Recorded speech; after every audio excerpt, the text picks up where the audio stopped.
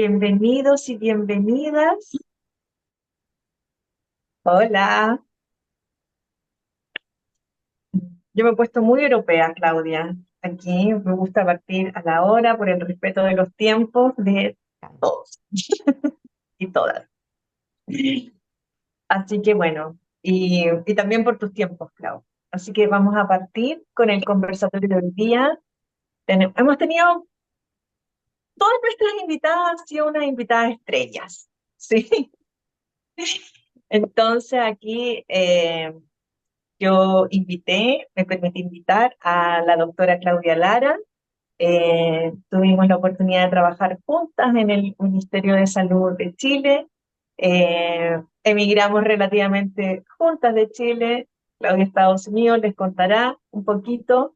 Y yo me vine a Croacia y cuando yo me estaba viviendo un poquito el proceso del duelo migratorio, le digo, Claudia, como yo sé, porque ella trabajó en el Chile Crece Contigo, en Chile y todo, la mirada de la neurociencia, y te le digo, Claudia, esto se viene, así que ponle ojo a tus niños, porque eh, es un proceso que hay que ir mirando. Entonces, bueno, Claudia, te cedo la palabra. Oh, gracias, Vania. Primero que todo, gracias por la invitación. Es un orgullo y un honor estar aquí y poder hablar de estos temas. Lo encuentro maravilloso. Y parto agradeciéndote ese comentario tan que me dio luces, ¿no? Porque una cosa es lo que uno estudia y sabe que algo va a pasar o que esto tiene ciertas características. Yo trabajé como médico de atención primaria muchos años y me tocó trabajar con población migrante mucho. Entonces uno lo estudia y está como mirando desde la mirada del proveedor. Pero es muy distinto cuando a uno le pasa y uno tiene que estar ahí y estar con el ojo también de qué es lo que está en el proceso, diría yo. Como todo lo que está pasando no solo desde una mirada cognitiva, sino que desde la experiencial, pero además mirar el proceso y no solo ciertos momentos, ¿no? Que nos toca ver como médicos o como proveedores de algo. Entonces, bueno, sí, fue súper importante, me ayudó a estar atenta, así que poder hablar de estos temas y poder mirar la infancia en estos temas lo encuentro increíble, así que muchas gracias por la invitación. Así por haberla aceptado. Bueno, y yo quiero partir haciendo como un mini recordatorio de lo que hemos ido hablando en los conversatorios anteriores. En primerísimo hablamos de la migración voluntaria, ¿cierto? Que era una migración que era por decisión y elección personal, ¿sí? Que en este proceso, ¿cierto? Vivíamos dos procesos emocionales muy intensos, ¿sí? Que tenía que ver con el estrés por choque cultural, que es un proceso que se espera, ¿sí? De alguna manera que ocurra porque es un proceso necesario para la adaptación. De hecho, es el estrés es el que nos permite también como a la arrancada poder partir. Yo lo sé un poco como los jugadores de fútbol, ¿cierto? Que necesitan ese estrés para salir a jugar. Entonces, hablábamos del estrés bueno, ¿cierto? Que nos lleva a la adaptación. El problema del estrés es cuando este se sostiene en el tiempo y se cronifica en el tiempo. Y hablamos también de duelo migratorio, ¿sí? Que ahí invitamos a Natalia, ¿cierto?, a que profundizara en ese proceso, donde decíamos que es un duelo por muchas cosas, ¿sí? Es un duelo por distintas pérdidas, por perder la familia, por perder las costumbres, la cultura, en el caso cierto de los adultos tiene que ver con perder el trabajo, pero en los niños además, por ejemplo, también tiene que ver con perder los amigos, con perder sus profesores, el colegio, en fin. Entonces, estos dos temas que nos ocurren obviamente a nosotros los adultos, también lo viven nuestros niños, nuestros hijos, ¿sí? Entonces ahí eh, tener presente, como yo diría como primera cosa, que somos los adultos los que decidimos emigrar, ¿sí? Es nuestra elección y es nuestra decisión, pero los niños no lo eligen ni lo deciden. Entonces, ¿cómo le ayudamos a que también se pueda sentir parte de este proceso, ¿sí? A que se puedan sentir un poco protagonistas de este proceso, ¿sí? Lo otro que nos parece como crucial entender que nosotros como adultos nos tenemos que preparar emocionalmente en este proceso. Porque yo siempre pongo este ejemplo, que es el ejemplo de la sobrecargo, de la azafata, cuando nos dicen en el avión que la mascarilla se la tiene que poner el adulto primero y no el niño primero. Aquí es lo mismo. Aquí el adulto, idealmente que pueda prepararse en términos emocionales en este proceso. ¿Por qué? Porque lidiamos con nuestro proceso y con el de nuestros hijos. Porque los niños, sí, niños y adolescentes, ¿cierto?, absorben el estrés de los padres. Y si los padres no están disponibles en términos emocionales, entonces, porque estamos, no porque no los amemos, ¿cierto?, sino porque estamos en nuestro proceso de estrés, tratando de sobrevivir, ¿sí? Eh, no vemos las señales que nos pueden estar, ¿cierto?, transmitiendo nuestros hijos. Y lo que puede ocurrir, como el riesgo, es que el riesgo tanto, bueno, para salud mental como para salud física, es que ellos se puedan sobreadaptar. ¿De qué manera? Siendo niños súper buenos, siendo niños que eh, reprimen sus emociones, ¿sí? Entre otras cosas, ¿sí? Y las consecuencias de eso a futuro, ¿sí?, en su edad adulta, podría derivar, ¿cierto?, de venir en problemas de salud física y de salud mental, tal como lo evidenció hace muchos años atrás un estudio que fue un estudio longitudinal acerca de las experiencias adversas en la infancia. Como no queremos que nuestro migratorio sea una experiencia adversa en la infancia, sino por el contrario, que podamos gestionarlo mejor, que lo podamos sobrellevar mejor, que sea un tránsito lo más liviano posible, es que, mi querida doctora, le cedo la palabra para que usted profundice ahí en estos temas. Gracias, Mani. Ya, entonces voy a compartir primero. Y bueno, vamos a partir hablando un poco de neurociencias antes de hablar del proceso migratorio en sí mismo, para tener una base de a qué me estoy refiriendo. ¿Ya? Así que lo primero que voy a hacer es hablar un poquito de neurociencia. Em, bueno, para contarles como desde dónde yo estoy hablando, yo, como les decía, soy médico y tengo un máster en neurociencias y en salud pública.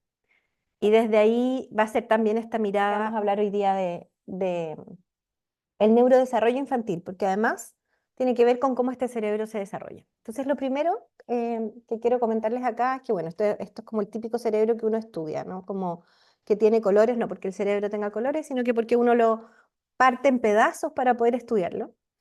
Hay muchas formas de dividir el cerebro para poder estudiarlo más fácil. Yo me voy a dedicar a una que tiene que ver con el proceso como evolutivo del cerebro, ¿ya? En donde podemos mirar el cerebro desde la evolución. Entonces tenemos cerebros más primitivos desde el punto de vista evolutivo y más desarrollados. Nosotros se supone que somos el cerebro más desarrollado de la especie. A veces yo me lo cuestiono, pero se supone que es así.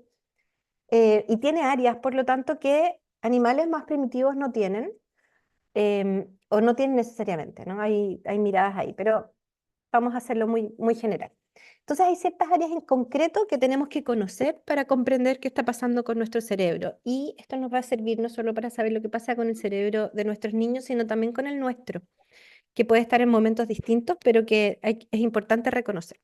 Entonces lo primero es reconocer que el cerebro, desde la mirada evolutiva, tiene algunas áreas importantes para reconocer. La primera que a mí, con la que me gusta partir, es la amígdala. La amígdala del cerebro, en español hablamos de amígdala también, a lo que tenemos acá y que a veces las operan, no es lo mismo. Esta es una, aunque tenga el mismo nombre, tiene el mismo nombre porque ambas tienen forma de almendra y de ahí viene. Pero la amígdala del cerebro están adentro, ¿ok? Y la amígdala del cerebro em, es el primer punto en donde llega la información exterior para reconocer si es que esto es un momento o una situación estresante o no. Entonces tiene que ver con la sobrevivencia, ¿sí?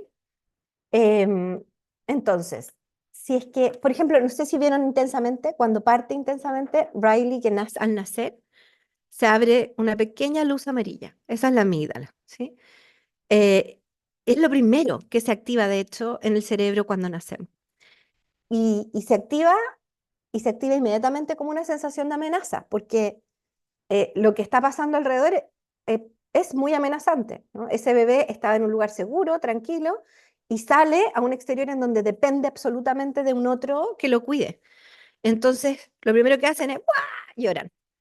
Y si tienen un buen equipo médico alrededor que sabe de neurociencia, lo primero que van a hacer es ponerlo al contacto de la mamá, piel con piel, porque en el órgano de la piel se secretan hormonas de bienestar y por eso contacto piel a piel es tan importante y el cerebro se calma, ¿no? Entonces, la amígdala es la que reconoce si lo que está pasando alrededor es amenazante o no. Eso es el primer concepto que encuentro importante.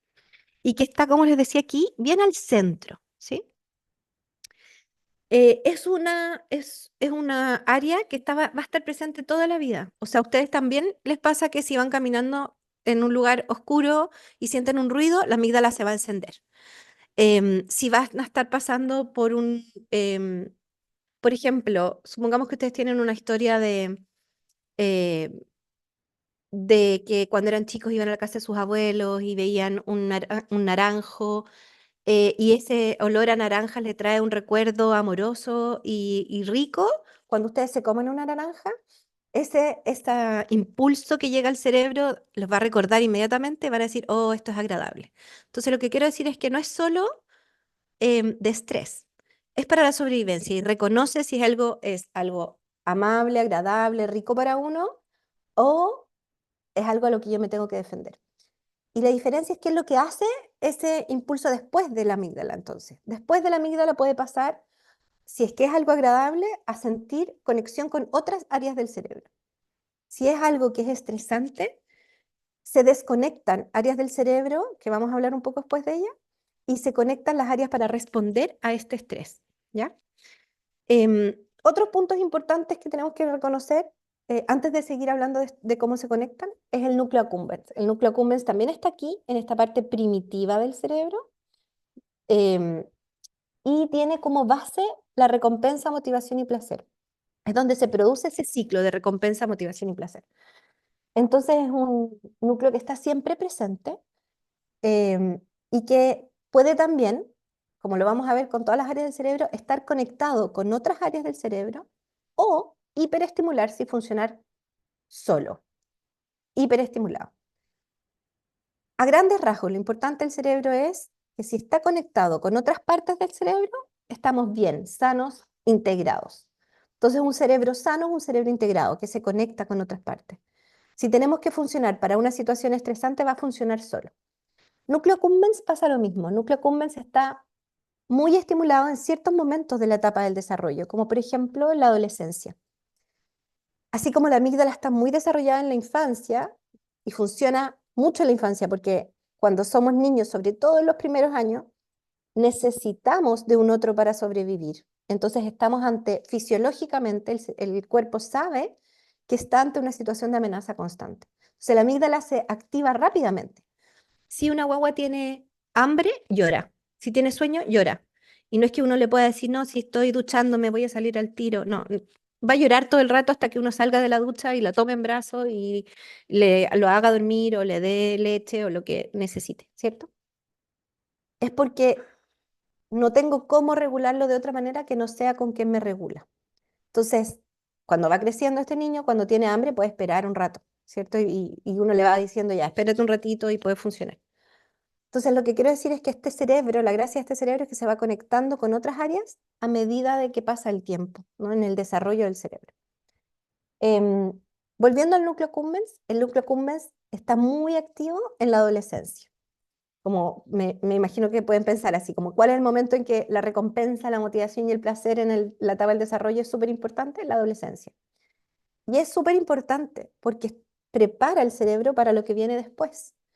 Lo que viene después es tener un rol biopsicosocial. Entonces, tener un núcleo accumbens que me permita estar conectada y que me guste algo, es súper importante. Que sienta recompensa, motivación cuando ayudo a otros, por ejemplo, es súper importante. Por eso a los adolescentes les gusta tener actividades sociales y están súper emocionados con actividades sociales y se sienten recompensados. Y son momentos en que los adolescentes hacen, no sé, participan de actividades como Un Techo para Chile, como Scout, cuando hay un problema, son los primeros en aparecer en la sociedad para ir a ayudar a otros, ¿no? Em, y es muy importante para reconocerse a sí mismo, decir, me quiero conectar con otros, me importa, me gusta esto, voy conociendo qué cosas me gustan y qué cosas no, qué tipo de personas me gustan y qué tipos de personas no. Entonces el cerebro está armando esas estructuras. El punto con el núcleo accumbens es que a veces se activa solo o lo hiperactivamos sin estar integrado en otras áreas, con este ciclo de recompensa, motivación y placer rápido, sin que esté activado con el comprender a otros, el mentalizar a otras personas, sino que solo núcleo accumbens, solo recompensa, motivación y placer. Por ejemplo, cuando comemos un chocolate. Cuando comemos un chocolate, el azúcar se une como ligando al núcleo accumbens. Las drogas se unen como ligando al núcleo accumbens rápidamente. Exactamente, drogas y alcohol. Sí, mucho. Ojo que el azúcar se une más, tiene un ligando más fuerte. Es mucho más difícil salir de una dieta rica en azúcar que salir de drogas y alcohol. Y por eso es tan difícil hacerlo, ¿no? Y requiere un contexto que no es solo decir, ya, hoy día la dejo, no es tan simple, ¿no? Porque produce recompensa, motivación y placer. Las pantallas, recompensa, motivación y placer. Imagínense lo que sucede esto en el cerebro de un adolescente, entonces, que están ahí con esto rápido, ¿no? Y el problema es que se hiperestimulan y no conectan con otras áreas del cerebro. No es lo mismo la recompensa, motivación y placer que siento cuando ayudo a un otro y puedo mirar en su cara y mi cerebro se conecta con el del otro y mentalizo y digo, wow, esto a esa persona le sirvió, yo puedo ser útil de esta manera. Em, que cuando veo un videojuego, ¿no? Esa es recompensa, motivación y placer rápida. Entonces, como van a ver, el cerebro está hecho para que conectemos con otras áreas. ¿Cuáles son esas otras áreas que nos permiten estar con un cerebro integrado? Generalmente vienen desde esta parte, la corteza prefrontal. La corteza prefrontal es lo que está aquí adelante, es la parte más evolutiva del cerebro que decíamos, y tiene que ver con planificación, con control de impulso. Entonces yo digo, no me voy a subir a manejar un auto si es que tomé alcohol. ¿Por qué? Hoy día voy a salir a un carrete con unos amigos, voy a ir en un taxi, en un Uber, y no voy a manejar. Porque sé, puedo planificar que voy a hacer esto, sé que esto puede ser peligroso. No porque va a haber solo un carabinero afuera, un policía afuera del bar, y yo digo, me controlo desde el locus de control externo, porque ahí hay alguien, sino que yo lo puedo planificar y puedo decir, esto no está bien. Puedo hacerme daño a mí, puedo hacer daño a otros. Eso es corteza prefrontal, ¿sí? Eso está acá. Planificación, control de impulso, capacidad de pensar en otros, lenguaje, em, entonces funciones ejecutivas superiores, ¿sí? El juego se conecta mucho con la corteza prefrontal, está aquí adelante. Por eso es tan importante que los niños jueguen. Se desarrolla corteza prefrontal. Entonces, cuando la amígdala reconoce cuando hablábamos de la naranja, por ejemplo, y ustedes comen una naranja y la naranja les trae un buen recuerdo, se conecta con la corteza prefrontal. Y es emoción, pero también dicen, hoy me encanta comer naranja. Y empiezan a pensar, voy a comprar más naranjas, porque en verdad me hace bien, es bueno para mi salud. Entonces, pasé de la amígdala a la conexión de la corteza prefrontal. Y tenemos un cerebro conectado, organizado. Entonces, si yo tengo que decirles, esta es la diapositiva que por favor nunca la olviden, esta es, ¿ya? Este es el modelo de lo mismo que hemos hablado hoy día, del doctor Dan Siegel, que es un psiquiatra estadounidense, y él dice, hay un modelo anatómico del cerebro que todos tenemos y que está en sus manos. Entonces yo le invito a mirar su mano y decir, aquí están las circunvalaciones del cerebro, aquí está la médula, ¿sí? Y aquí al centro vamos a poner el dedito gordo, en donde va a estar la parte que dijimos, núcleo accumbens, hipotálamo, toda la parte primitiva del cerebro con la amígdala, acá. Y aquí está la corteza prefrontal en los deditos. Entonces los deditos hacen esto, ¿sí? A ver si se ve. Hacen esto, ¿sí? Entonces cuando viene un estímulo que es estresante para el cerebro, llega la amígdala y la amígdala dice, esto es grave. Por ejemplo, voy caminando en la calle oscura, siento un ruido, necesito salir corriendo de acá porque, no sé, me pueden asaltar. Desconecto la corteza prefrontal porque no necesito pensar qué va a pasar mañana, si tengo que pasar al supermercado, si... no, necesito salir de ahí ahora. Entonces el cerebro dice, desconecto todo lo que me hace pensar a largo plazo, activo rápido la amígdala y la amígdala se conecta con el resto del cuerpo para activar el simpático, que es lo que me permite salir corriendo de ahí, ¿ya? Entonces tenemos dos formas de estar en el mundo. Podemos estar integrados, caminando, tranquilos, pensando lo que quiero hacer después, lo que me hace sentido, lo que me gusta, la integración con otros, en donde está mi corteza prefrontal conectada. Me gusta este modelo porque ahí, si ustedes se fijan, yo les invito a hacer esto con su manito, reconocer, cerrar los ojos y hacer esto y mirar su mano y darse cuenta o percibir cómo se conecta los distintos dedos entre sí, cómo se conectan los dedos con la amígdala, con esta parte primitiva. Entonces hay conexiones neuronales que me permiten estar en calma, reconociendo a otros, controlando mi impulso. Pero si me pasa algo grave y me viene un estrés, esto se desconecta y puedo estar así. Entonces, eh, hay situaciones que van a hacer que yo esté, perdón, esté así o esté así. Y esto es clave para comprender cómo yo estoy y cómo está el otro, ¿no? Entonces, los niños cuando nacen, esa guagua que nació, rápidamente se desconecta esta área del cerebro y está respondiendo desde la amenaza, ¿no? Cuando yo la tomo y la pongo en contacto piel a piel y le digo, oh, lindo, no sé qué, y le hablo en un tono distinto que conecta con áreas de la corteza prefrontal, y digo, ¿estás seguro? ¿Estás bien? ¿Ya estás segura o seguro? El cerebro se empieza a conectar y empieza a hacer estas conexiones neuronales, ¿sí? Entre la corteza prefrontal y la amígdala. ¿Qué pasa si es que yo tuve experiencias en mi vida en donde esto siempre se desconecta? Voy a tener conexiones neuronales que tienden a desconectar, ¿sí? Entonces lo que quiero transmitir con esta diapositiva es que el cerebro va creciendo. Crece en una parte importante en el útero, pero una parte muy importante afuera del útero. Y cuando nacemos, no nacemos con el cerebro completamente desarrollado, sino que crece y crece más o menos hasta los 25, 30 años. Entonces, a los 21, que creemos que tenemos un súper adulto al lado, no tiene su cerebro completamente desarrollado. Y depende además de haber tenido todas las oportunidades en la vida para poder desarrollarlo. Hay adultos que no lo tuvieron. Entonces, sí, ese niño, hay un estudio que a mí me impactó mucho cuando lo conocí de India, en donde muestran cómo niños que viven en situación de calle le hicieron dos cosas. Le hicieron reconocer caras y miraron su cerebro. Y cuando reconocían caras, primero en India, contexto en India, hay un montón de niños en situación de calle, y se dieron cuenta que al mirarlos, em, lo primero es que de todas las expresiones faciales que veían, casi todas eran para ellos amenazantes. El 90% de las expresiones faciales, ellos las reconocían como amenaza, porque viven en un contexto en donde todo es amenazante. Entonces su cerebro hace rápidamente esto y desconecta la corteza prefrontal y, por lo tanto, la amígdala estaba hiperestimulada, súper grande, ¿no? Funciona rápida. Entonces, em, cuando no estamos en un lugar seguro, nuestra amígdala se empieza a hiperestimular, crece para poder protegernos porque necesitamos sobrevivir. Es lo que nos permite sobrevivir. Pero estamos con un cerebro en sobrevivencia, no en seguridad. Y como les decía, esto va cambiando a lo largo de la vida.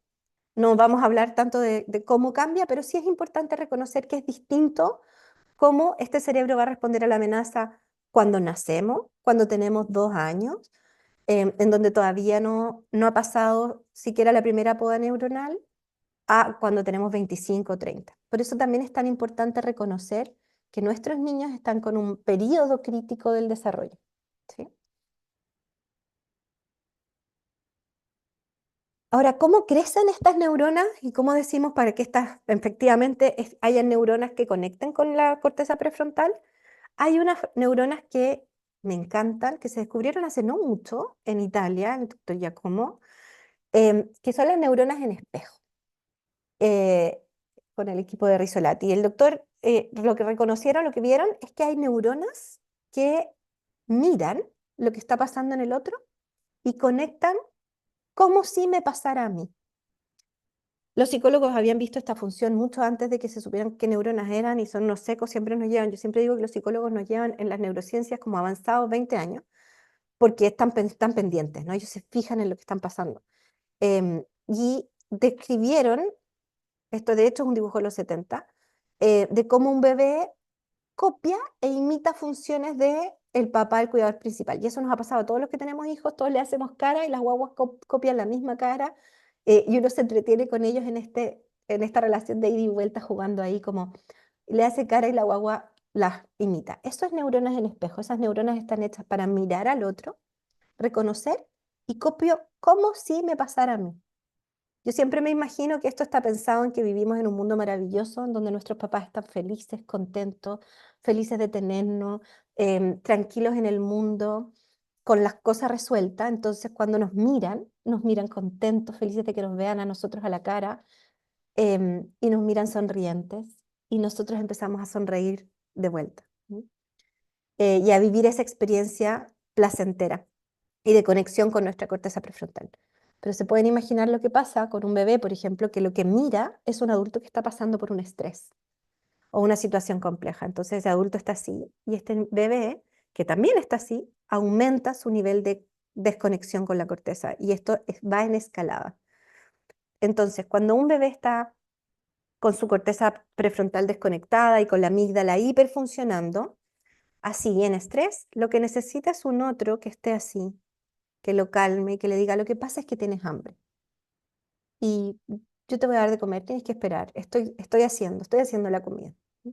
Y eso uno lo va transmitiendo lentamente en los niños y a veces son bebés y las mamás le hablan a los niños y antes pensábamos los médicos como la cosa innecesaria que hacen. Hoy día sabemos que es súper importante, que es clave hablarles, es clave decirles, aunque uno piense que no entienden, entienden perfecto, comprenden lo que está sucediendo, ¿no? Y su cerebro se va, el área del lenguaje se activa cuando escuchan la voz de la madre, y de los cuidadores principales en general. Entonces, es muy importante ir transmitiéndoles esa calma y esa seguridad, y sus cerebros van haciendo esto con las neuronas en espejo, ¿no? El bebé, si el bebé estaba así, llega el papá y hace esto, y lo que decimos en neurociencia es que les prestamos cerebro, ¿sí? Les prestamos cerebro para volver a hacer esto. Entonces, algo más que quiero transmitirles de neurociencia es que em, la teoría polivagal. La teoría polivagal es una nueva teoría en neurociencia, em, que dice que antes pensábamos que el sistema simpático, tenemos un sistema voluntario en el cerebro y un sistema autónomo. Hay cosas que funcionan solas. Nuestro corazón funciona solo. Yo no tengo que pensar, por favor late o por favor respira. Ustedes están respirando todo el rato aunque no piensen. Pero ahora que yo les dije, pongan atención en su respiración, ustedes sí pueden hacer, entonces es mixto, ¿no? Ustedes sí pueden decir, voy a inhalar más lento y voy a botar muy lento. Entonces tienen una parte voluntaria, pero una parte que funciona todo el día, aunque ustedes no estén pensando, que es autónoma. Y esa parte autónoma del cerebro del sistema nervioso tiene una respuesta simpática o parasimpática. La simpática, yo siempre digo que sí es simpática porque nos ayuda cuando tenemos un problema. Entonces, cuando estamos ante la amenaza, el simpático se activa y nos ayuda para salir de esa situación amenazante, ¿sí? Entonces se activa y aumenta la frecuencia cardíaca para que yo salga corriendo o para que pelee con esta situación amenazante, ¿sí? Entonces aumenta la frecuencia cardíaca para que llegue sangre al músculo que se tiene que contraer como nunca antes se había contraído. Ustedes han visto los videos de los papás, por ejemplo, cuando les pasa una cosa a su hijo y corren y saltan unas rejas o saltan por unos lugares que jamás uno cree que puede saltar. Eso es sistema simpático que activó todo y uno hizo todo lo que su cuerpo jamás haría en una condición normal, ¿no? Entonces, se activa aumento de frecuencia cardíaca, aumento de la presión arterial, sale el calcio de la sangre porque la contracción muscular requiere calcio. Entonces sacamos calcio de los huesos, quiero decir, para que llegue a la sangre y podamos tener calcio disponible para la contracción muscular.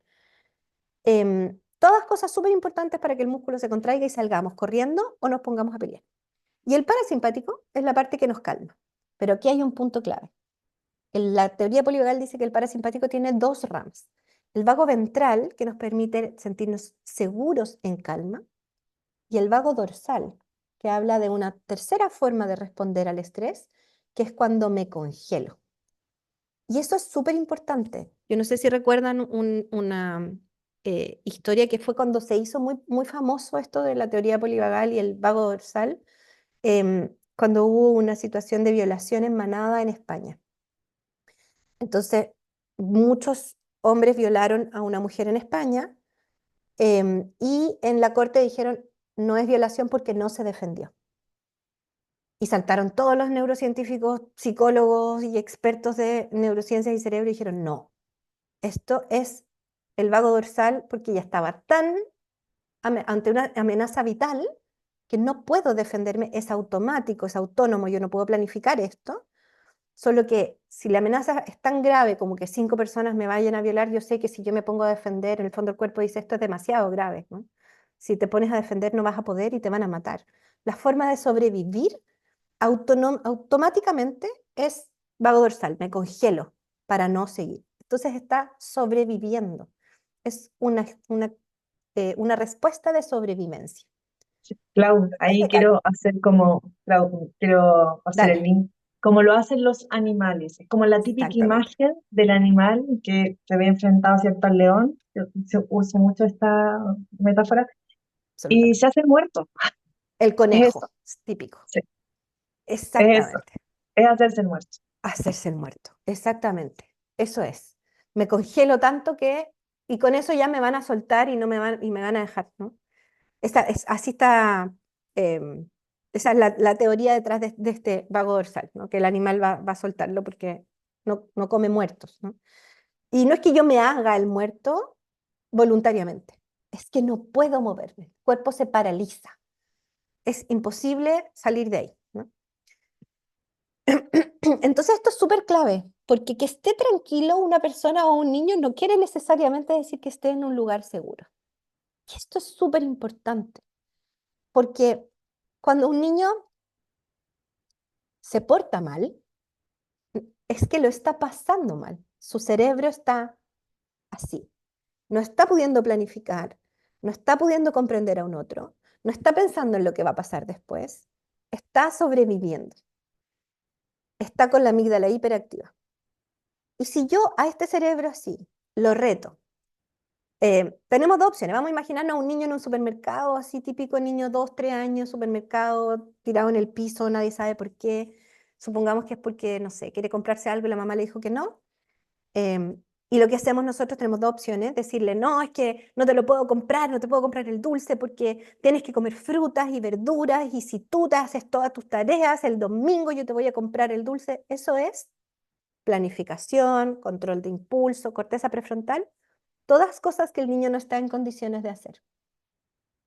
Súper bonito en nuestro discurso, pero nada de eso está en condiciones de hacer ese niño. Nosotros estamos abordando o queriendo abogar porque aparezca la corteza prefrontal, pero está así, no es posible. La otra opción que solemos hacer es decir, ¿hasta cuándo? Se acabó esto, silencio, susto. O sea, ya estoy en simpático, más susto. Me voy a la amenaza. Si mi cuidador principal, que me tiene que dar seguridad, me amenaza, es súper grave. Y puedo quedarme quieto, congelado, tranquilo, pero no bien. No estoy con mi corteza prefrontal funcionando. No estoy pensando en, oh, esto es mejor para mí. Oh, qué bueno que mi mamá me quiere. Y porque me quiere, me cuida. Y como me cuida, no me va a comprar un dulce, sino que me va a dar frutas y verduras. No estoy pensando eso. La persona que me cuida me está amenazando y yo me puedo morir. Eso es lo que piensa el cerebro, ¿sí? Eso es lo que el cerebro actúa y se congela y se queda callado. Entonces, ojo, niño bien portado, calladito, como dijo Vania en un principio, no quiere decir que esté bien necesariamente. Entonces acá, solo para mostrarles que tenemos el vago ventral, que es cuando sí estoy en conexión con los demás, me siento seguro y se activa de hecho el cerebro social, el cerebro de capacidad de conectar con otros, de control de impulso, de planificar. Eso es en el vago ventral. Aquí estoy bien, estoy tranquilo, estoy seguro. Eso es lo más importante. Yo creo que si tuviera que transmitir una palabra, aquí estoy seguro. Aquí estoy con el simpático en peligro. Me tengo que defender, tengo que salir corriendo, tengo que pelear con esto porque estoy en peligro. O estoy ante una amenaza vital. Y ojo que los padres muchas veces cuando los niños se sienten en peligro, ocupamos porque transgeneracionalmente han ocupado con nosotros, así fue porque no sabían, nuestros papás no sabían, nuestros papás no sabían, eh, y solo captaron que cuando nos retaban, los niños se quedan tranquilos y callados. Hoy día ya sabemos que no es necesariamente que estén acá, es que probablemente están acá, ¿no? Están congelados. Entonces, ojo con cómo transmitimos qué es lo que pasa con nuestros niños, ¿no? Entonces, aquí en la infancia esto se puede ver así como aquí estoy feliz, contento, conectado con otros, sonriendo. Acá estoy, me siento mal, ¿dónde está mi cuidador principal? ¿Cierto? ¿Dónde está mi mamá? ¿Dónde está mi papá? Para que me contengan y me ayuden. O estoy paralizado, ¿sí? Aquí una cosa clave que quiero transmitir es que esta es otra forma de mirarlo. Hacia arriba está la escalada como de estar hiperactivo, hacia abajo está el estar disociado, estar en parálisis, y cuando estamos bien estamos acá. Y lo que quiero transmitir con esto es que no estamos necesariamente planos en un lugar, ¿sí? Sino que esto va cambiando con el tiempo. Y a veces estamos muy arriba y a veces muy abajo, y a veces subimos un poco, pero somos capaces de bajar. Así como, no sé, me levanté en la mañana, no había nada para comer, me voy a hacer, no sé, voy a decir una tontera, me voy a hacer el café, no queda café. ¡Ah, qué rabia! Justo lo que necesito y necesito salir a trabajar y sé que necesito tomarme mi café para estar eh, atenta hoy día en la mañana. Ojalá no les pase eso, pero entonces me enojo un poco y digo, pucha, ¿qué pasa? Pero vuelvo, salgo, ya, voy a tener que pasar al supermercado, paso a comprarme, me compro algo. Y uno va arriba y abajo de manera normal, ¿no? El punto es cuánto yo tengo esta ventana de tolerancia que yo puedo moverme, si mi ventana es amplia o es chica, para moverme en este estado en donde cuando me pasa algo, yo puedo, el simpático se activa un poco o me voy un poco para adentro, pero puedo responder y puedo regularme, ¿sí? Los niños pasan rápidamente de arriba a abajo y requieren de un otro para regularse, porque requieren de las neuronas en espejo. Esas son las neuronas que les permiten, este otro va creciendo mi conexión neuronal para la regulación. Entonces lo que queremos en general es que esta ventana se amplíe. Ahora, no podemos pedirle eso a un niño de 2 años, ¿no? Pero como les decía, el niño de, no sé, 6 meses tiene hambre, llora nomás. No, cero posibilidad, va a llorar. La guagua llora. Pero al niño de 2 años, 4 años, yo le puedo decir, mira, espera un ratito, tienes que esperar que anda a dar una vuelta a la manzana, quizá a correr con los amigos, mete 4 goles afuera, cuando vuelva con la pelota, juega un poco, vas a volver y va a estar más listo. Va a esperar un poquito nomás, probablemente llegue mucho antes de lo que habíamos pensado, ¿cierto? Entonces lo que queremos es ir ampliando esta ventana de seguridad y regulación en los niños. ¿Qué pasa cuando está con respuesta al estrés? Y esto quiero explicarlo muy, muy rápidamente. Hay una fisiología que comentábamos entonces que aumenta, como decíamos, aumenta la frecuencia cardíaca, aumenta la presión arterial, broncodilata, porque yo necesito que los bronquios se dilaten para que entre más aire. Y con ese aire entra oxígeno para que la placa muscular se mueva. ¿Se acuerdan que comentábamos eso? Todas esas cosas son súper necesarias para el momento de estrés. Pero ¿se imagina lo que es tener eso todo el rato funcionando? Crónicamente, como decía Vania, cuando el estrés es crónico, los bronquios crónicamente dilatados, mucha más probabilidad de ciertas enfermedades, ¿sí? Como asma, por ejemplo, como EPOC. Si la presión arterial está todo el rato alta, mucha más posibilidad de tener enfermedades de presión arterial. Entonces, el estrés no es de por sí malo, el estrés puede ser súper bueno. Todos los que fuimos a alguna prueba alguna vez y habíamos estudiado y estamos súper asustados y ese estrés nos permite estar atentos en la prueba y respondernos, y aunque ya hemos pasado de largo la noche anterior estudiando, no lo hagas, no es la mejor manera de estudiar, pero todos lo hicimos alguna vez, no nos quedamos dormidos en clase y nos ayuda, ¿no? Aunque ya hemos pasado largo, ese estrés nos ayuda a salir, a salir del momento y es positivo. Em, las vacunas, cuando le ponen, no sé, el primer día de clase a los niños, están asustados, pero a los 2, 3 días ya ese estrés les permite reconocer caras, porque la amígdala es la que reconoce caras. El reconocimiento facial del otro está en la amígdala. Entonces, esa amígdala hiperalerta reconoce que alrededor está amenazante o no. Y va a ir al colegio y va a reconocer la cara de su profesora y de sus amigos y va a empezar a captar que hay caras amorosas y que su profesora está amable y que le está diciendo este es un lugar seguro y esto va a bajar rápidamente. ¿Sí? Pero ¿de qué depende? De que exista un otro y esto es súper importante. El estrés puede ser entonces positivo, puede ser tolerable, puede ser algo más grave, más complejo, como por ejemplo la pérdida de un ser querido o una fractura, em, y se demora, aquí sube, es el cortisol que sube y baja. Se demora en bajar en el tolerable, pero baja. Y en el estrés tóxico, el cortisol sube y no baja, se mantiene alto. Al principio se pensaba de los estudios que esto tenía que ver con qué es lo que activaba, y efectivamente es así, tiene que ver con qué es lo que activa. O sea, no es lo mismo el estrés que produce una fractura que va a bajar al mes el cortisol que el abuso físico, que me maltraten, ¿sí? O el abuso sexual, ¿no? Esas son cosas que producen un estrés crónico alto, ¿no? Y queda alto en el tiempo. Pero hoy se sabe que lo más clave en el estrés, para que pase de tóxico a tolerable cuando lo que viene es algo grave, es que exista un otro que contenga. Entonces, al concepto de el estrés es malo cuando es crónico, yo le sumaría el estrés es malo cuando es crónico y no es acompañado. Estamos hechos para conectarnos con otros. Nuestras neuronas y también la de los adultos, nosotros también tenemos neuronas en espejo. Y es distinto si a ustedes las asaltan, no sé, en la calle y llegan a la casa.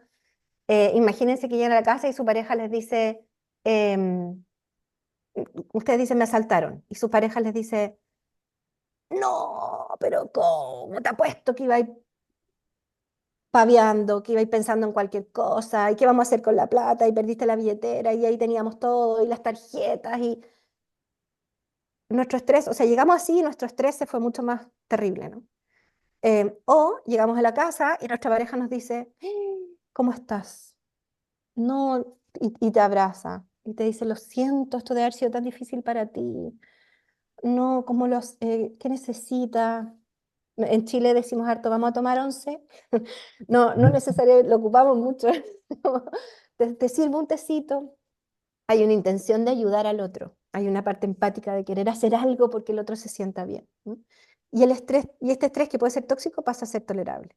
Entonces, ese otro es clave en los adultos y es clave en los niños. Y eso es lo que somos nosotros. Este estrés, entonces, de la migración, em, que depende de cómo migremos, puede venir muy tóxico o puede no venir tan tóxico. Si es una migración voluntaria, planificada, es distinto, por supuesto, que otros contextos de migración, ¿no? Y para los niños, para los padres y para los niños también. Entonces, hoy en día la migración se considera una posibilidad de estrés tóxico, pero depende mucho en qué contextos y depende mucho qué tan acompañados estemos. Y lo que está pasando con los niños, lo que nos hemos dado cuenta es que los niños no están siendo tan acompañados porque no los estamos mirando. No estamos muy pendientes de los adultos en la migración, que es muy importante sin duda, pero los niños lo están pasando mal y si los adultos están estresados con el proceso migratorio, los niños van a estar peor. Entonces, ¿de dónde viene todo esto? Es de un estudio que reconoció por primera vez que habían ciertas experiencias que aumentaban este nivel de estrés, este nivel de cortisol, ¿no? Este estudio lo hizo el doctor Felitti, es solo para comentarles que hay un estudio científico hace, no sé, 40 años ya, partió él viendo esto. Él es prevencionista, ¿no? Es una especialidad que no existe en Chile, pero es médico internista prevencionista, o sea, veía la prevención y estaba a cargo de un grupo que estaba mirando obesidad. Y esto pasó en los 80, mirando este grupo que quería hacer un tratamiento para la obesidad, así multidisciplinario, increíble, maravilloso, se dio cuenta que había un grupo que no bajaba de peso a pesar de haber hecho todo, y otro grupo que habiendo bajado de peso, volvía a subir rápido. Y ahí él decidió hacer una historia, una anamnesis más exhaustiva con este grupo, em, y lo que hizo fue darse cuenta en esta historia, por una equivocación de él, se dio cuenta que una de esas personas había sufrido abuso sexual infantil. Y él dijo: "Ah, como médico yo nunca lo había visto antes, esto es grave". Y se puso a preguntar a sus otros pacientes si tenían situaciones graves y se dio cuenta que todos tenían como base alguna situación grave en su infancia. Y ahí dijo: estas situaciones graves de la infancia están produciendo enfermedades.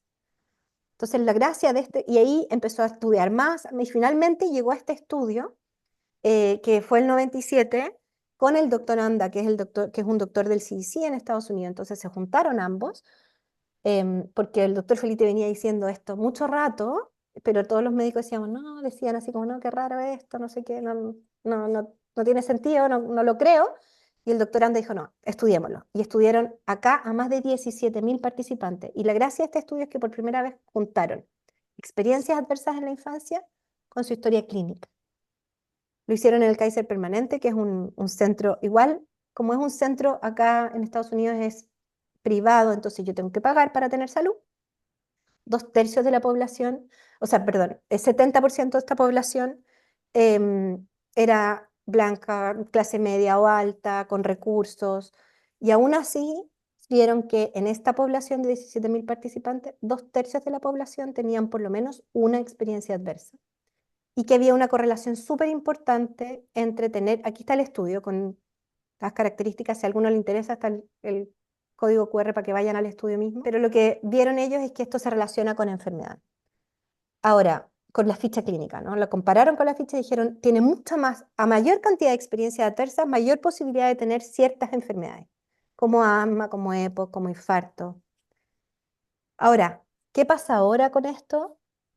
Más de 20 años después de este primer estudio, es que em, ya sabemos que no son solo las experiencias adversas de la infancia, sino que de la casa, del hogar, ¿no? Que estaban estas primeras 10 experiencias que dijo el doctor, que si vamos atrás, habían abuso físico, emocional o sexual, negligencia física o emocional, o vivir en un hogar disfuncional en donde haya problemas de salud mental no tratadas, que es algo muy propio acá, em, familiar con algún problema con la justicia, que la madre esté bajo abuso, no que sea el niño, porque eso es algo que se decía mucho, como no, si le pegaron o lo maltrataron al niño, y muchas mamás decían, sí, pero a mi hijo no le pasó, solo me pasó a mí, ¿no? La violencia solo venía hacia mí. Neuronas en espejo. Esto es tan grave como que le pasa al niño para ese cerebro. Abuso de sustancia o que alguno de los padres no esté. Se planteó como divorcio en un momento, pero lo que tiene que ver es que alguno de los padres no esté presente. Y hoy día sabemos que no son solo esas, que hay un montón de otras. Y en esas otras está la violencia comunitaria, están los desastres naturales y está la migración. ¿Y qué es lo que produce? Son los grandes rasgos. ¿Se acuerdan que yo dije teníamos la amígdala aquí y la parte de la corteza prefrontal? Este es del Centro de Desarrollo Infantil de Harvard, que encuentro que está súper bien descrito. Y aquí lo que dice es que cuando tenemos este estrés tóxico, entonces las funciones ejecutivas disminuyen, la corteza prefrontal disminuye sus funciones y el estrés y la ansiedad activa la amígdala, activa el hipocampo, que es donde está memoria y todo eso, la memoria baja, el aprendizaje baja, la capacidad de regular el estrés baja, porque el cuerpo dice esto es muy amenazante, ¿no? Necesito estar ahí. Cosas concretas, este es un estudio de UNICEF, solo para mostrarles que esto tiene un impacto anatómico, ¿no? Este es un estudio de UNICEF hecho en niños de Rumania, de un hogar en Rumania, y se ven los niños con un entorno favorable, que no están en el hogar, versus los niños con un entorno desfavorable. Y lo que se ve aquí está la nariz, los ojos, esta es la corteza prefrontal. Y si se fijan aquí, la corteza prefrontal está funcionando un poco como los niños de 9 años, pero está funcionando. Y aquí parece que hubieran tenido, esto negro de acá es líquido cefalorraquídeo, normal. Y aquí parece que el líquido cefalorraquídeo se hubiera extendido por todas partes. No es eso, es que esta parte solo no está funcionando. Es como si hubiera tenido un infarto masivo acá. Y lo que pasa es que no pueden activar el área de la corteza prefrontal, en donde está la planificación, el control de impulso, la capacidad de pensar en otros. Todo eso esos niños lo tienen sin poder conectar con esa área. En muchos otros estudios, solo para mostrarles que hay muchísimos estudios en relación a cómo el cerebro cambia en relación a este estrés, ¿no? Estos son dos cerebros de niños de 3 años con extrema negligencia y un niño normal. Eso no solamente cambian áreas del cerebro o conexiones neuronales, como se ven acá, sino que el cerebro en su conjunto. Entonces se ha visto que estas experiencias adversas tienen un impacto importante en la salud y dosis dependiente. A mayor cantidad de experiencias, peor, ¿no? Peor outcome. Entonces tenemos peor resultado. Obesidad, diabetes, depresión, enfermedades cardíacas, cáncer, infartos, EPOC, fracturas, porque acuérdense que el calcio sale de los huesos.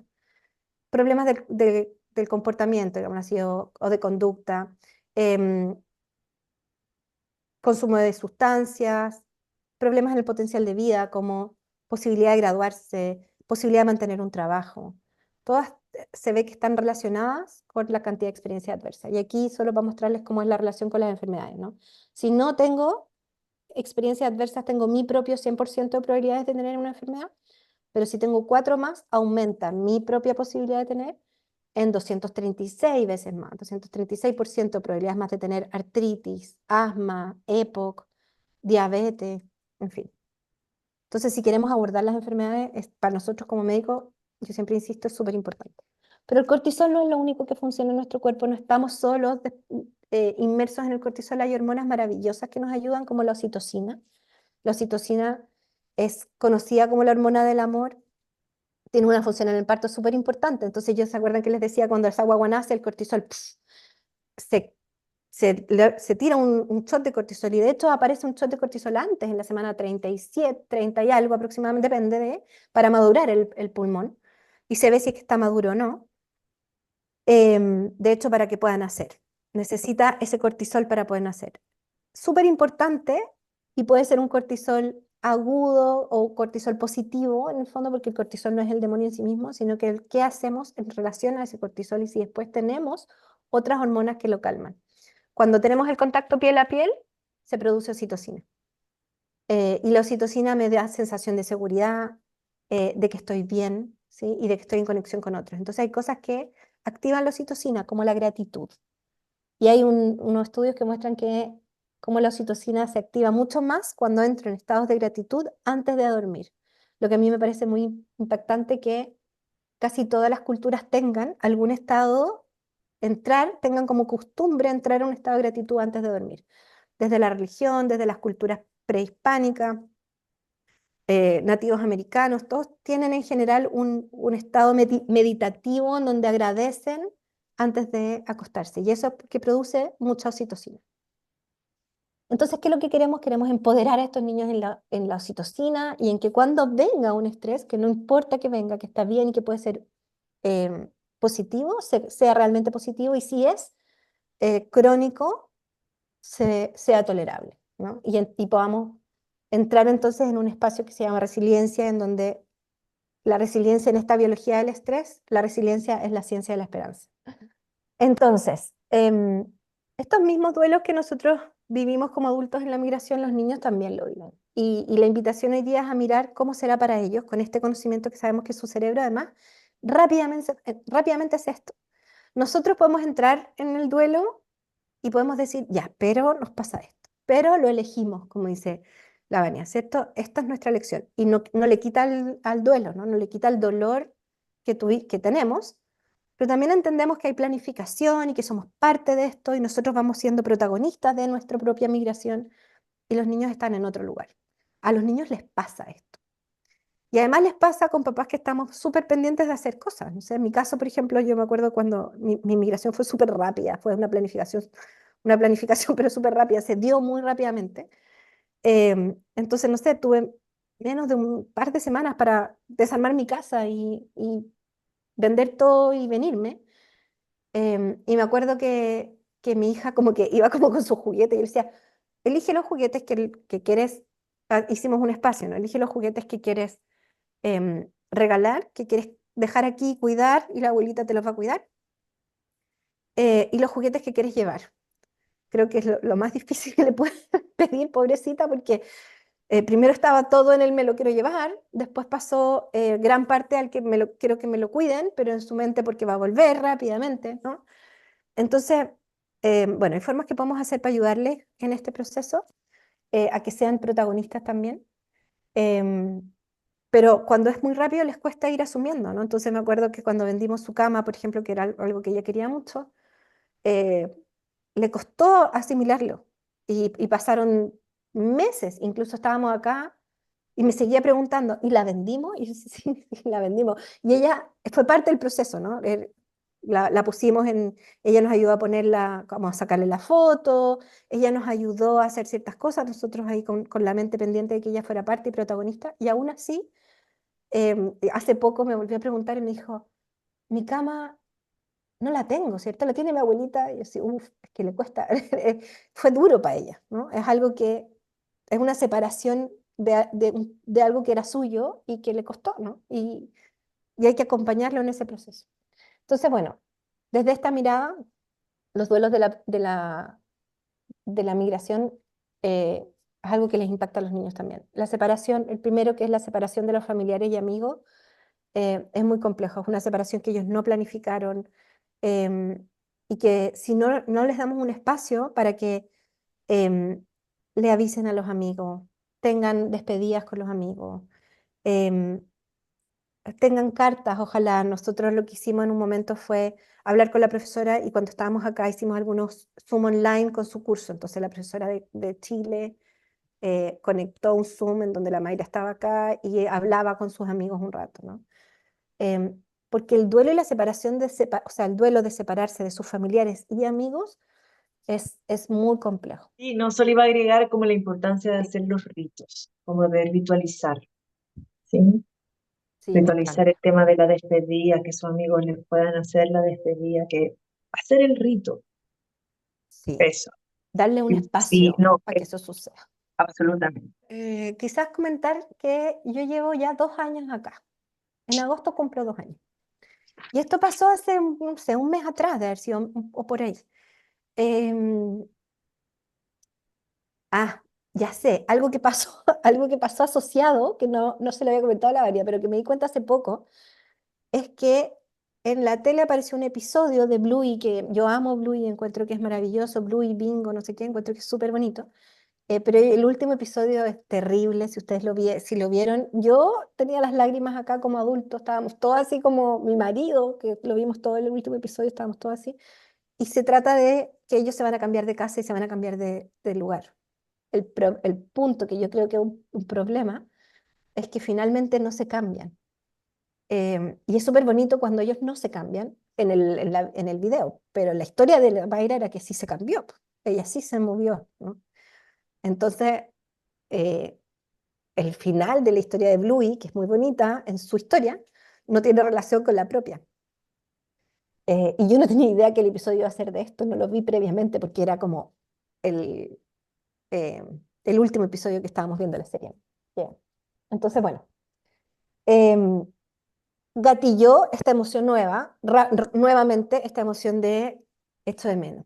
Y, y estuvo varios días esto de menos, y un día al acostarse, había pasado una semana este episodio, se acuesta y se larga a llorar así terrible y nada la paraba.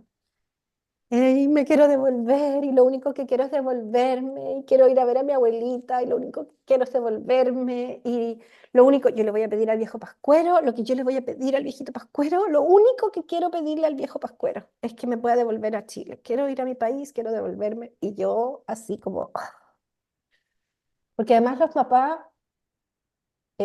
si uno también está pasando por estrés, tiene menos tolerancia, nuestro cerebro también puede estar así. Y mi primer pensamiento, yo dije, ok, tengo que acompañar esto. Yo lo sé, me dedico a esto, lo estudio. Pero aún así, yo estaba en silencio mirándola y mi cabeza decía, cabra mía chica, no reconoce nada de lo que tiene. Tiene una pieza increíble acá. Tiene un colegio maravilloso, el colegio increíble. O sea, puede salir a andar en bicicleta en un barrio súper seguro. No está validando, no está reconociendo nada de todo lo que tiene acá. Mi cabeza inmediatamente empieza en esto, ¿no? Em, Y yo estaba con mi cabeza así y la Mayra seguía, mamá, es que lo único que quiero. Y yo intentando como calmarla, pero en mi cabeza lo primero que aparece es esto, ¿no? Así como, ah, por Dios. Hasta que mi hija me mira y me dice, mamá, ¿tú acaso, tú no tienes pena? ¿No echas de menos tu trabajo? ¿No echas de menos tus amigas? Y me llevó a mi duelo, ¿no? Y salí entonces en mi cabeza de este otro, ¿no? Y me llevó a mí y dije, "Ah, sí, pues, echo de menos, echo mucho de menos, no es que no, echo mucho de menos, por supuesto que sí, porque y me acordé, el duelo y los tipos de duelo, ¿no? Y la migración tiene un duelo y hay Y un que es, espacio. claro, y que es recurrente, Clau, y que efectivamente, tal como le sucedió, que hay situaciones que lo gatillan y nos gatillan esa emocionalidad. ¿Cierto? Como en el caso fue de la serie, a nosotros nos puede pasar a lo mejor efectivamente cuando vamos y volvemos o cuando nos enteramos de alguna noticia de nuestro país de origen. En fin. Exactamente, y queremos volver a eso. Entonces, bueno, em, pude volver a mí y decir, sí, es verdad. Y le dije, sí, tengo pena, es verdad, lo siento, es difícil. La abracé un rato, yo también echo mucho de menos. Le hablé de que yo también echaba de menos, a quién echaba de menos y cómo, para que ella pudiera, y le empecé a preguntar, ¿a quién echas más de menos tú? Para que pudiera hablar un poco de lo que está pasando. Hablamos de la situación.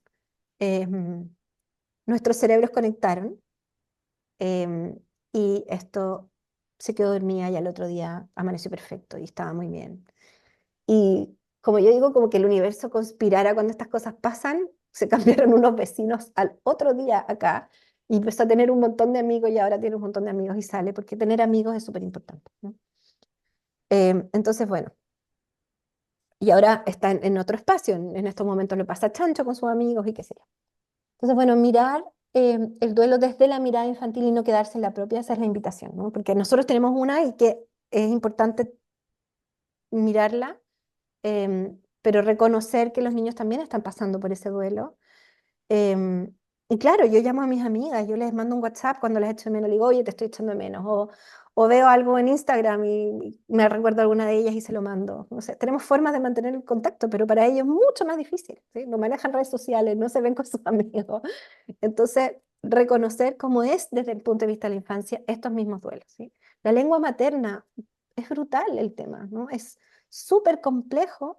Solo comentarles que a mí me encantó algo que me dijeron acá en el colegio cuando yo traje a mis hijos. Yo capté que a la Mayra le empezó a costar el inglés, justo estaba en una etapa de aprender a leer y escribir, entonces estaba aprendiendo a leer y escribir en primero básico en Chile, y a mitad de aprender a leer y escribir, a mitad de primero básico la traemos para acá, y tuvo que empezar a aprender a escribir en otro idioma. Entonces se le hizo muy complejo, y yo dije, tengo que hablarle en inglés en la casa para que esto sea más fácil. Y la profesora me dijo, no, no, háblale en español. El niño va a tener en el colegio 8 horas de amigos, colegio, idioma, maravilloso, y tú mantén el tuyo para que ambos idiomas los tenga y no se quede con el idioma español de primero básico, sino que vaya creciendo su idioma español también. Entonces, muy importante te- reconocer y traer la lengua materna. Lo encontré súper lindo porque ella, como profesora del colegio, me podría haber dicho, me importa que aprenda inglés, me importa que tenga su idioma porque yo la voy a calificar por el inglés, acá no la van a calificar por el español que tiene, ¿no? Em, pero reconocer que hay una lengua materna, y que esa lengua también requiere ser cuidada y traída y tener un espacio, em, es muy importante. Y también reconocer que depende de la etapa del desarrollo de nuestros niños, vas a tener un desafío distinto. Mi hijo, que era más grande, 12 años, aprendió el idioma muy bien, como algo externo, en cambio que, y no, y reconoce el propio y metió como algo más. Es como que yo siento que metió un nuevo switch ahí a su cerebro. Y le fue fácil reconocer que él ya hablaba y escribía en español y tiene que aprender a hablar otra nueva cosa, ¿no? En cambio que a mi hija como que tuvo que hacerlo en paralelo, y empezar a escribir en español y leer en español y leer en inglés, entonces es mucho más complejo. Ahora, la forma de hablar de mi hija es mucho más nativa en el inglés que el de mi hijo. Pero a mi hijo se le fue más fácil incorporar ambos, porque era incorporar uno nuevo. Entonces, reconocer que en estos duelos también hay una cosa en la etapa del desarrollo que hay que mirar. Y ahí mi recomendación es siempre buscar un especialista si es que lo necesitan, porque es un momento en donde de verdad los niños se pueden beneficiar mucho de estar con un acompañamiento psicológico, ¿no? Hay acompañamientos maravillosos como el Theraplay, que yo creo que puede ayudar muchísimo porque ayudan en el juego con los padres también.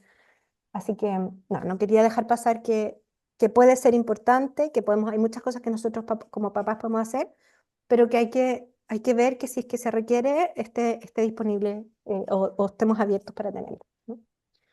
Hay otros duelos como la cultura, así que también es importante tener estas cosas para los niños, ¿no?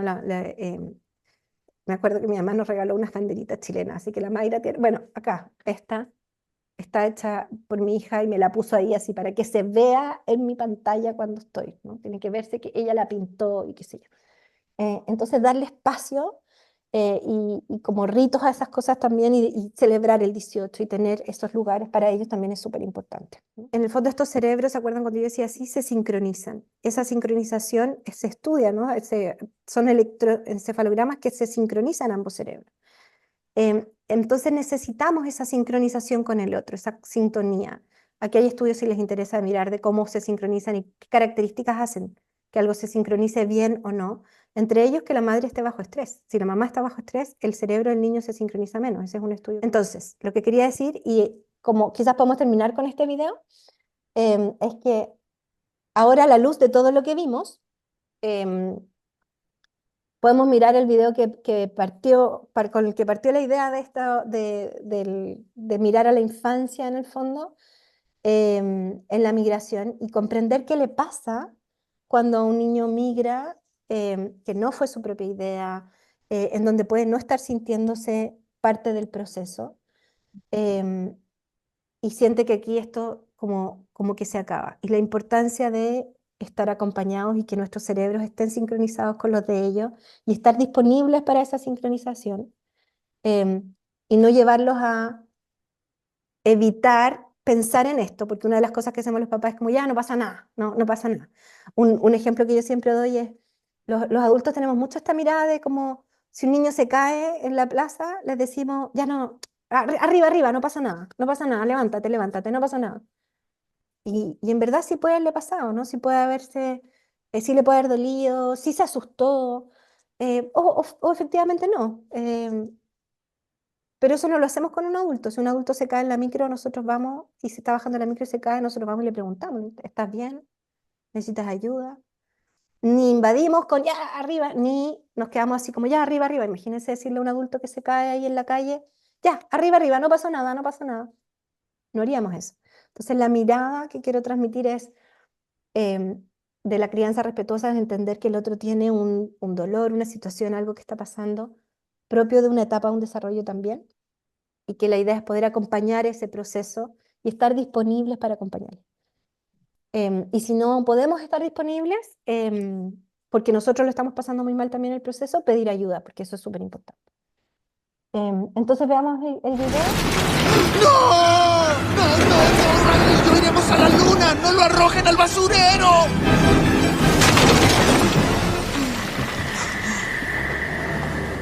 Riley todavía no me olvida.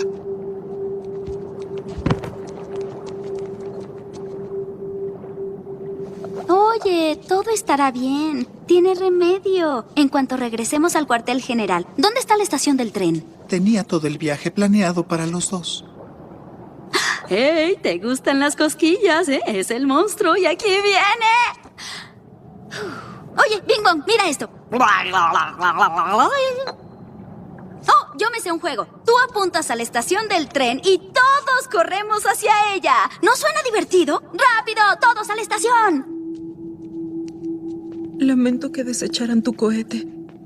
Es algo que para ti tenía valor y se ha ido para siempre. Tristeza, lo vas a empeorar. Lo siento. Es lo único que tenía de Riley. Apuesto que gozaron grandes aventuras. Oh, fueron maravillosas. Un día volvimos en el tiempo. Desayunamos 2 veces ese día. Tristeza. Suena asombroso, apuesto a que le gustó. Le encantó. Fuimos mejores amigos. Sí, es triste.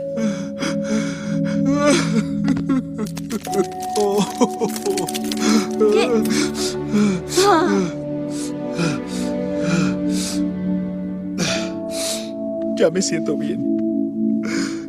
Síganme. La estación está de este lado. Es una imagen, una escena que yo ocupo mucho en sesión con mi cliente consultante a propósito de validar las emociones, ¿cierto? De no reprimirlas, porque en la medida también que le damos un tiempo o le damos más bien su lugar a esa emoción, podemos salir de ahí más rápido, versus cuando las reprimimos, las guardamos, las metemos como debajo de la alfombra, eso puede terminar siendo una crisis de pánico, en fin, entre otras cosas. Entonces, sí, amo esa peli, está súper recomendada. Todo el rato, ojalá, bueno, ojalá que esto también les ayude a mirar cosas que a veces uno pasa de largo y que tienen algo súper potente, como por ejemplo, cuando llora, cuando la acompaña, y cuando llora, llora lágrimas de dulce, ¿cierto? Carmen, De caramelo, lo amo, eh, sobre todo porque cuando uno llora, las lágrimas vienen con un poco de cortisol, entonces baja, le permite bajar el cortisol que tiene en su sangre, ¿no? Así que es un llanto muy necesario, eh, ayuda a calmar la fisiología que tenemos. Y solo como para dejarles una idea, comentábamos con Vania que quizás podíamos tener en otro momento, si les interesa, una conversación de esto, pero así como hay experiencias negativas de la infancia, también se saben que hay experiencias positivas de la infancia que se están estudiando hace poco y que también tienen un impacto en la salud. Y que lo grave que se ha visto es que lamentablemente si alguien no tiene experiencias negativas, pero no tiene experiencias positivas, puede ser igual de grave o más grave que haber tenido experiencias negativas. Y que si se tienen 4 o más experiencias negativas de la infancia, tener experiencias positivas baja el impacto de estas experiencias negativas. El punto es que muchos niños no tienen estas experiencias positivas. Entonces podemos fortalecerlas. Y dentro de estas experiencias positivas, las preguntas son 7 experiencias positivas y tienen que ver con si te sentías acompañado o podías hablar con tu familia sobre tus sentimientos.